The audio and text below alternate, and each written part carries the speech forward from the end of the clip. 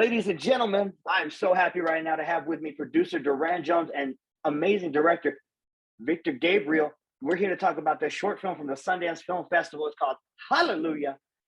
Yeah. Gentlemen, say hello. What's good? What up? What up? Pleasure to be here. Oh, man. I wanted to ask you guys about this short film because it's about this little kid named Hallelujah. He's about 13 years old, and he's left with his uncles following a tragic event in his family. The movie takes place in Compton, and I wanted to discuss the realities of what this film kind of discusses, how true to life it is to what existing in Compton is even now. Would you say that was one of the points that you guys were trying to make? Yeah. Yes and no. Yes and no. I think it was a delicate balance because I'm not really for like sensationalizing like violence and things of that nature, and like particularly like gang violence. But I am also big about like what's the truth, and I always find that the truth is a bit nuanced. So for me, it was a combination of like, here's something I've been through in terms of losing people to like gang violence. At the same time, here's like the truth of community and love and people like stepping in for each other and like sacrificing themselves to make sure that the other person is good, you know? And I think that's sort of what I see, which is strong community, strong, like I'm gonna help you out, aunties, uncles, grandparents, taking care of kids who are not theirs, godparents taking care of kids who are not theirs, a neighbor, you know what I'm saying? A neighbor who's like, okay, well, you can live with me since you know what I'm saying? Your mom comes home at like 8 o'clock at night because she has to work a million hours. You can stay with me, and I'm at my neighbor's house and I spend the night over there. Like just that communal aspect of being for each other. And that was really what I wanted, but also that death is inexplicable. You know what I'm saying? That death is explicable. It's not one day everything's fine, the next day everything's completely different, which is sort of like what I was trying to like sort of get at. Like there's a reality here, but also there's this reality. You know what I'm saying? Absolutely. Yeah, I think you nailed that. I mean, one minute you're talking about Corn Flakes versus Frosted Flakes, and the next minute they're not there anymore. And that's something that you nailed. And you talked about nuance, and I wanted to talk to you about another thing that's very nuanced here, but that's also relevant in your other short film, and that is the exploration of masculinity within the Black community. Right. It's so prevalent. As a Hispanic man, it's prevalent in our society too. Yeah. Could you speak on that a little bit and how you touched on it here? Yeah, I think it's weird because on some, I want to honor Black masculinity. Like I want to honor Black masculinity. I think not like a deep dive, but briefly, I just say that I think Black men have been told that they're boys since slavery. And I think that because of that, I think that there's like this push, subconsciously or not, that Black men are boys and that we're incapable of an emotional range. We're incapable of being able to be safe. We can't protect anybody.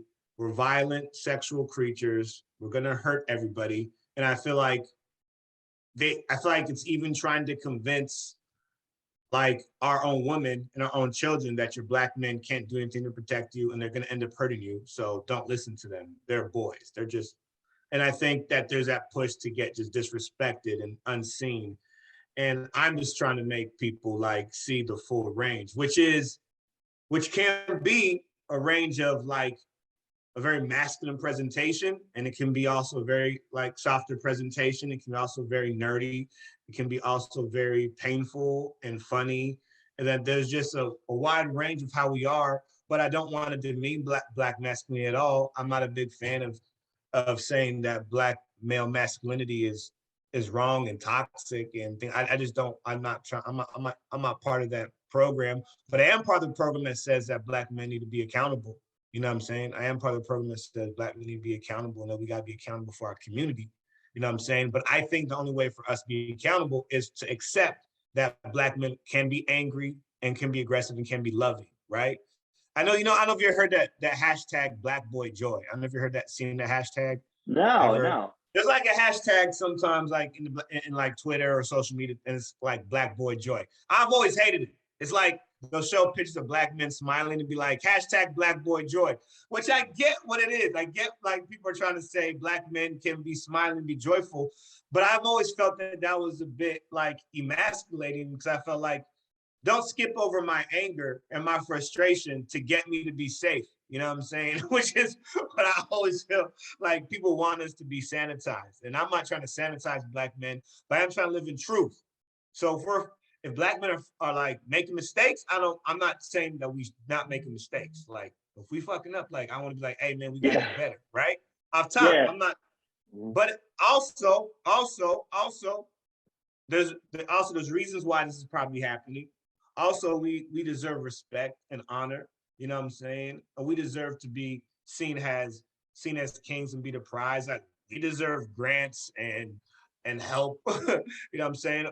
Because most black men are on the street. So that's a probably long, rambly answer just to say that masculinity can be both strong, aggressive, violent when protecting the people we love, and also tearful. I'm a highly emotional person. I feel profoundly, you know what I'm saying? And I also feel very strong about protecting the people I love through any means necessary. So both are true, you know what I'm saying? I love that, and that vulnerability is important, I think, and I love that you addressed it so well. I want to ask you, Duran, what drew you to producing this project and working with Gabriel, with Victor here on this? It was a part of what you said, but I actually came to the short version of this through the feature, which we're both actively working on trying to get made now. And the characters were characters that I grew up with. And it was very, very easy to see sometimes when you write. Like I liken Vic's writing to like August Wilson or even like a little bit of David Mamet. Like you can kind of tell through the dialogue that these people are real, right? Like I don't have to imagine who this character is. Like I know that character in my life, right? Because he knows that character in his life and he's writing from a real place. And I think that's always what I look at. Like I look at, okay, what is this project actually saying? Can I rock with what it's saying? But also, is this something that is going to fit inside of a larger conversation? And I think when Vic and I both talked, we had this conversation about, what it means to be a Black man in our society, in our household, amongst our women, amongst our peers, and even the ability or the inability for us to be able to express our anger, right? Because we do that and it becomes this thing where automatically we need to be controlled and they're calling in the National Guard. I remember there was a time on campus, when Vicky got angry about something that he definitely should have gotten angry about. You know what I mean? And we were like, we had to rally around him as brothers and say, hey bro, like we can't, I got it. I got you, but we can't do that. Like, you know what I mean? Like, and that's a real occurrence, but it comes out of that accountability of us being accountable for each other, right? And bro, knowing like, bro. Bro, I'm just gonna keep it G. We have financial aid, and I'm like one of the few people who has to get financial aid at the film school. All the other kids like rich kids, so I'm mad because it's not coming through. I don't have any money. It's not coming through. I don't have any money.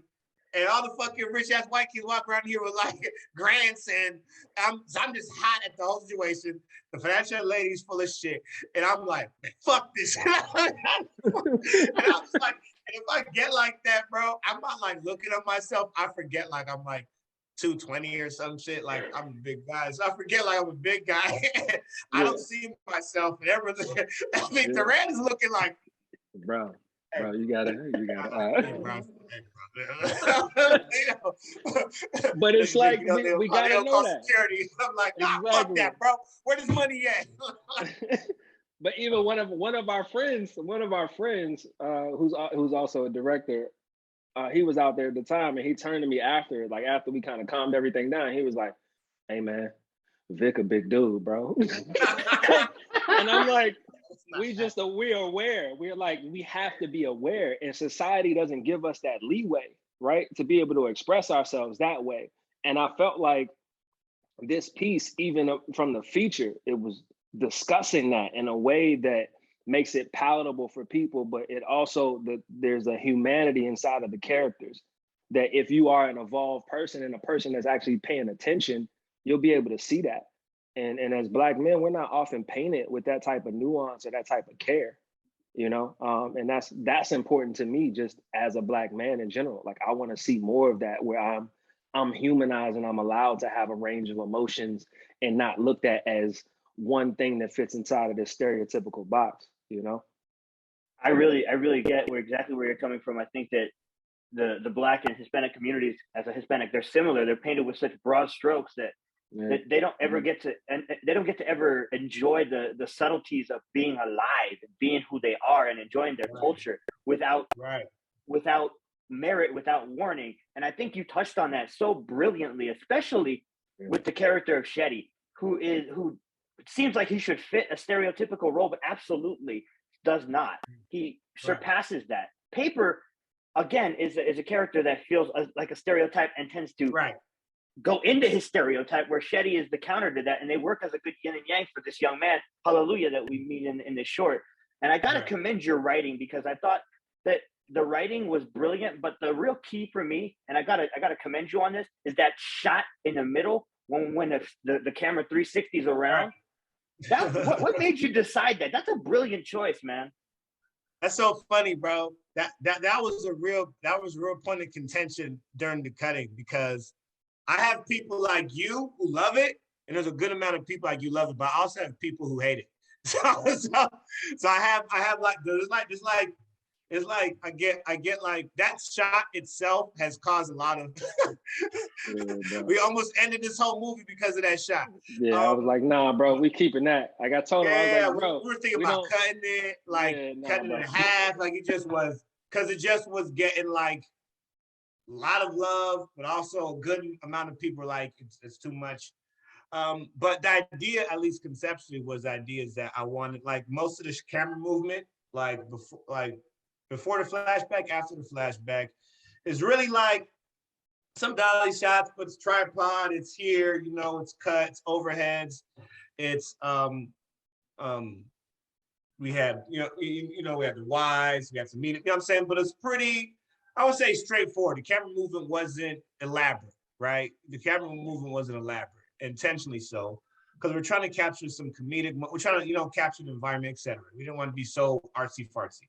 But when we got to the flashback, I knew I wanted to illustrate like there's a change, that something's happening, you know what I'm saying? And so I knew I wanted it to be a lot more movement to like indicate like, oh, like what's going on? Like, you know what I'm saying? Like what's happening? And for it to be a bit like more intense and also more like, oh shit, this is different. Like, so an idea was mirror some of the chaos, but also mirror some of the connection that's happening with the parents and the uncles, and also just to see, just to see, and also create that like inexplicable feeling once the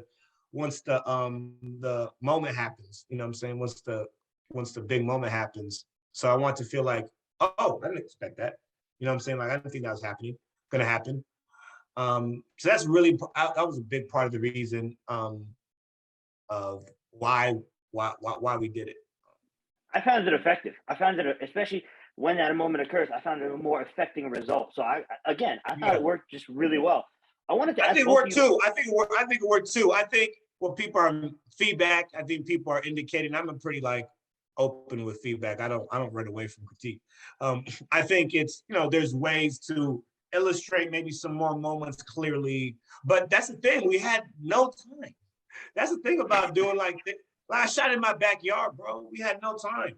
We had no time to rehearse, bro. We had no time to do a lot of things. Even that shot, we had like half a day, and really we needed like a whole day to even rehearse it before we even shot it, to be honest with you. Like in hindsight, like we probably needed like a whole day just to rehearse that shot and just to go through everything, as opposed to like maybe an hour to rehearse and then spend half a day like shooting it. It just was do this, concession. I'll say this selfishly, bro. Like we spent so much time on that shot on set.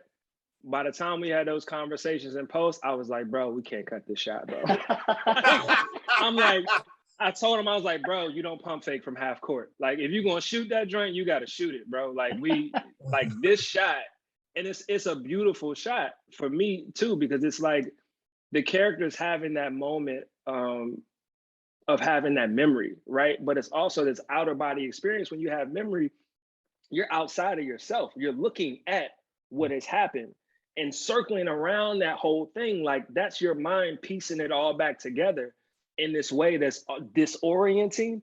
But when you land back with him in that moment where he's done with that reflection, you see that change in him immediately. And I was like, if we cut that, you miss so much of that humanity in him that we get in the end. And I'm just like, yeah, I understand, like, people might hate it, bro, but you know, that's a part of art. Like, sometimes you got to push people to not like things in order to find the people who do like it, you know?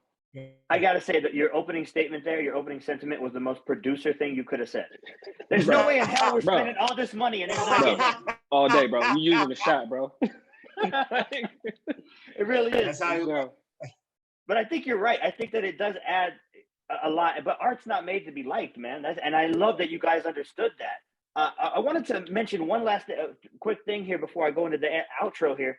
You guys use the term traumedy to describe the movie, and I think that is the most apropos description for this movie, because it is funny as hell, but it also had me a little bit teary. You know what I mean? I was tearing up a little bit at the film. Could you describe what you mean by traumedy?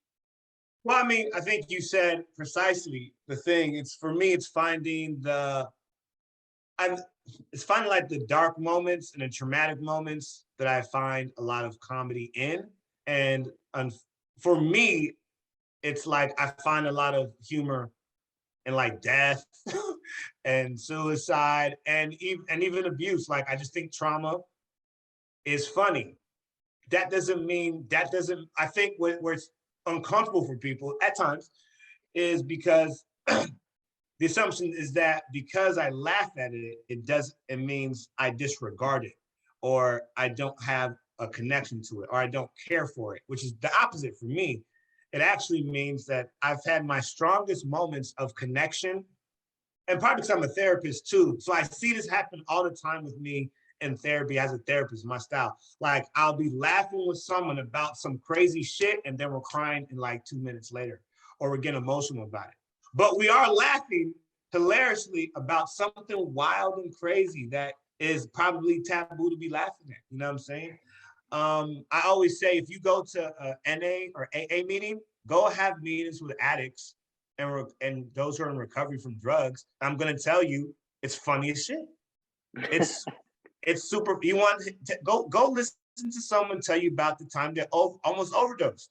It's simultaneously hilarious and the most heartbreaking thing ever, right? And I'm just trying to find those moments which feel that way. I think for me also, it's also adding in the innocence, right? The innocence. I think that's the other thing. It's adding in like this really real life adult dark things and some humor, but also adding in the innocence, the childlike innocence. And that's like the other third little piece that I know it's sort of like is hovering in there. Because I think that a child's innocence is actually very resilient, right? I know we hear a lot of stories about innocence lost, and that's true, where people become tough and they become a certain way and they turn into adults. Yeah, that's true. But I also believe in the resilience of like the childlike innocence in the midst of chaos, right? If they have support. And I think Hallelujah is able to be a bit more innocent and be weird and quirky still, because there's still this hovering support that he's had. Even though his parents are not there anymore, that was a Black wife and father. You know what I'm saying? That was a Black wife and husband. He wasn't by himself. His family didn't abandon him. And the family is not, even though his family is gone, his family is still continuing to not abandon him, right? So even in the chaos, the innocence can still thrive, hopefully a little bit. No, I think you're right. I just wanted to say Leroy is correct. Corn Flakes are better than Frosted Flakes. He is correct. You can do just so much more with them. You're right. I dig it. I do 100%. 100%. Now, Vic, if people wanted to catch up with you on social media after they listen to this interview and listen to you talk about what you're doing, where could they do that? At Where Kings Reign on IG. And it's exactly how it's spelled. at Where Kings Reign. Perfect. And no fancy, Duran, no fancy spelling, just how it's spelled. so reign like as a king with an R and an Yes, E and an yes, IG. yes. Got you. Yeah. Got you.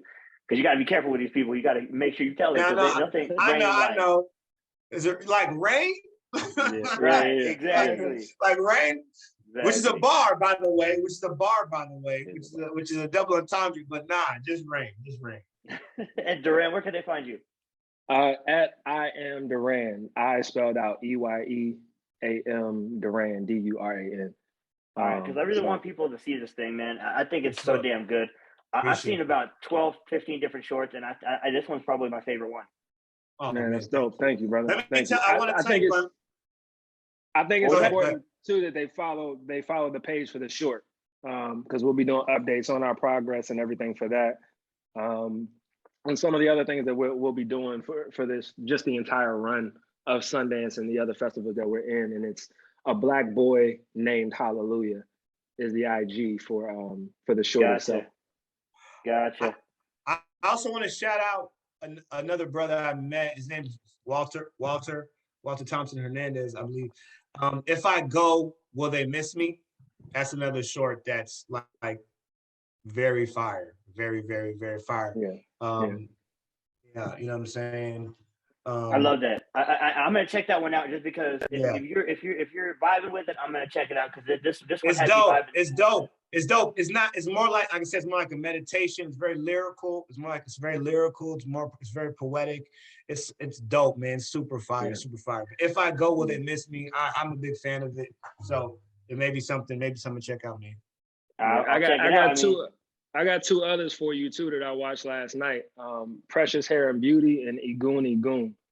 You know. Oh yeah, I have Iguni Goon actually. Yeah, man. It's dope. They're both dope, and they fit in that diaspora of storytelling that I think is kind of pushing a little bit of an envelope too, which is what we all are striving to do, especially for our stories.